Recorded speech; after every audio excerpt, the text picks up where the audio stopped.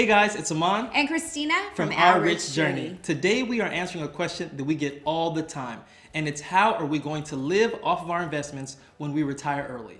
If you've been watching our channel, you know that we are on a journey towards financial independence and retiring early. And one of the things that you have to do as an early retiree is figure out how you're going to live off of your assets for the next 30, 40, 50 years. Well, on today's video, we are going to answer that question. We are going to share with you our drawdown strategy for early retirement. That's right. We are going to be talking about our drawdown strategy, which may look a lot different than a traditional retiree. For those type of people, they retire in their late 50s or beyond that, and they typically take their money and they put it into an annuity, into cash, into bonds or CDs. But our approach as a FIRE couple is a lot different. So we're going to be talking about that. But before we talk about our drawdown strategy, I really want to focus on our investment strategy, which leads to our drawdown strategy.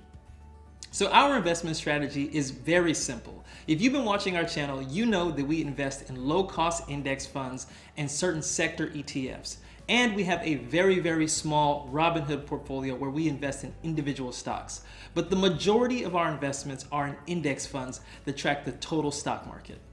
So let's talk about all of the accounts that we are going to be relying on in order to retire early. We actually have 7 total accounts. Ooh, 7 accounts. So the first account is our Vanguard brokerage account, and we've made videos about that account in the past, so if you're interested in that, go ahead and check out those videos. Aman and I also each have Vanguard IRA accounts. We each have 401k accounts. We hold a HSA account together, and we also have 2 years worth of living expenses in CDs and in cash. Now, 2 years may sound like a lot of money to have in cash or in CDs, but when you're an early retiree, you really have to plan for the unexpected. And our 2 years worth of money, that is set aside in case the stock market just plummets. And typically, a stock market crash only lasts about 14 months. So we're using that money as a buffer in case we don't want to withdraw from our stock accounts, but instead use our emergency fund money. So we have these 7 accounts, and from these 7 accounts, we are going to pay our annual expenses from these accounts. Now, how we determine our annual expenses is something that we have tracked for several years. We have established our expenses because our annual expenses establish our financial independence number. Now, your annual expenses will likely change once you're in retirement, and so we've calculated our anticipated annual expenses for retirement. And based off of that number that we've calculated, we have found that we can withdraw 4% from our investments and use that towards our annual expenses and live off of that. Now, the reason why we're choosing to withdraw 4% of our portfolio is because of this study known as the Trinity Study. The Trinity Study is a study that was conducted by a group of finance professors at Trinity University in Texas. The study calculated retirement portfolio success rates for various monthly withdrawal rate assumptions and various portfolio asset allocations. In other words, it looked at portfolios that had a mix between stocks and bonds, and it looked at different withdrawal rates at 3%, at 4%, at 5%, and so on. And it looked at the success rate of people withdrawing that money and being able to withdraw that money throughout their retirement.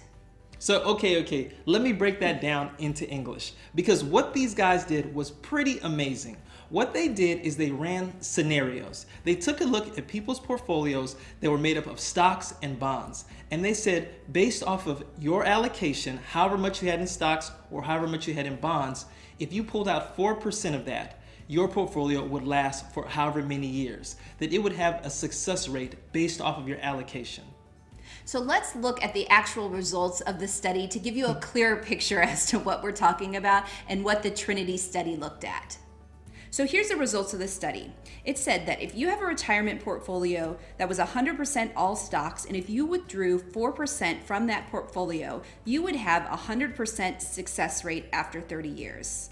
So the study shows that after 30 years, if you're withdrawing 4% out of a 100% stock investment, you will not run out of money. But what's really interesting is that the study also shows you can do the same thing with a portfolio that consists of 75% stocks and 25% bonds. You can still have a 100% success rate.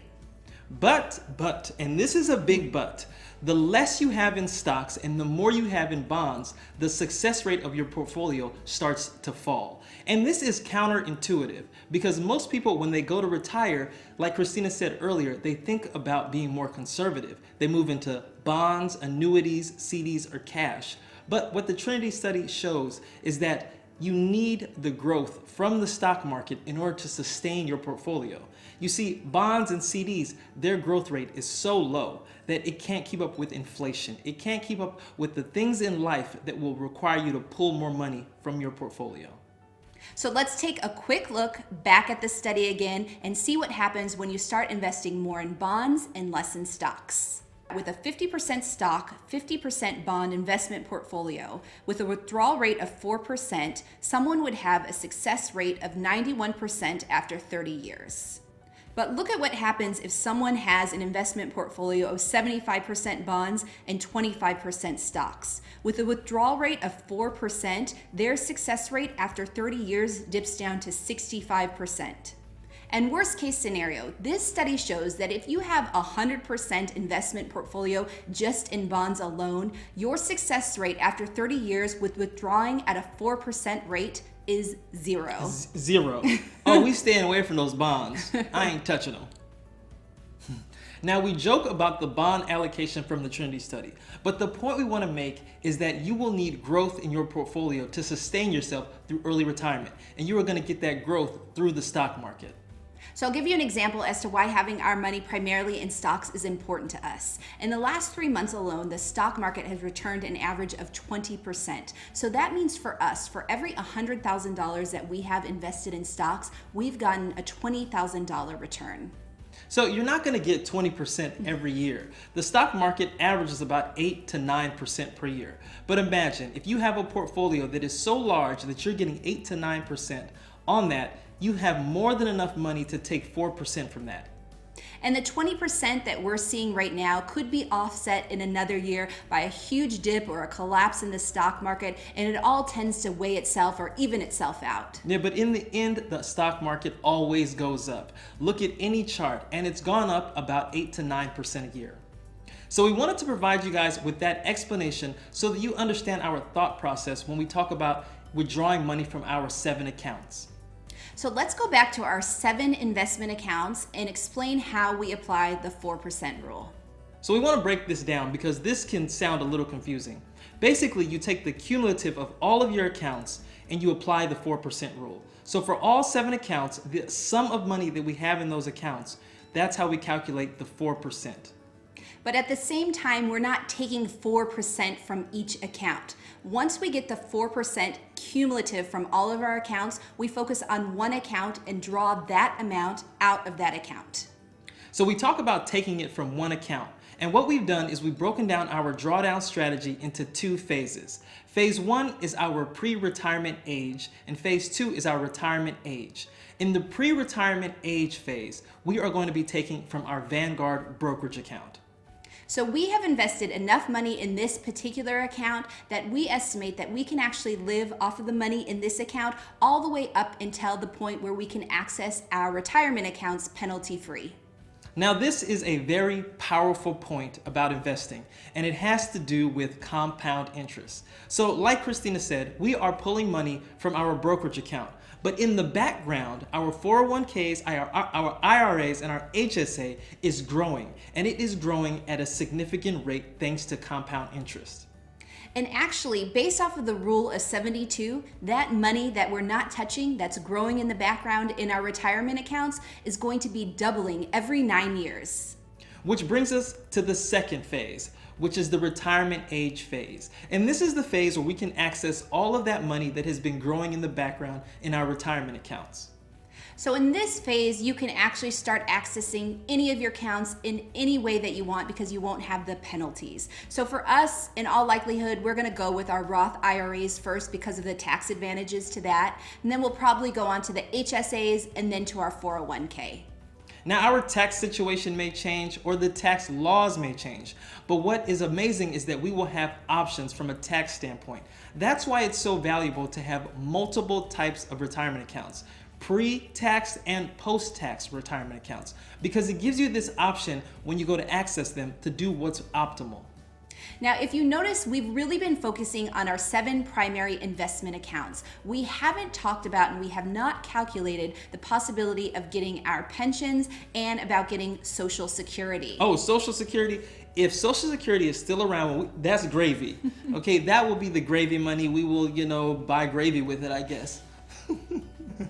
So the idea for us is that really retiring early provides a lot of options with us when we're diversifying our investment accounts and having multiple accounts. And the aspect of Social Security and pension is really an added benefit, but not even calculated into our future projections. So that is our drawdown strategy. When we first started this journey years and years ago, we had this drawdown in mind. And as we got closer, we started to refine it. But we hope we've given you guys some ideas when you start to develop your drawdown strategy. Yours may be completely different based off of your own personal financial circumstances. But if you like this video, please give it a thumbs up, subscribe to our channel, and join the journey.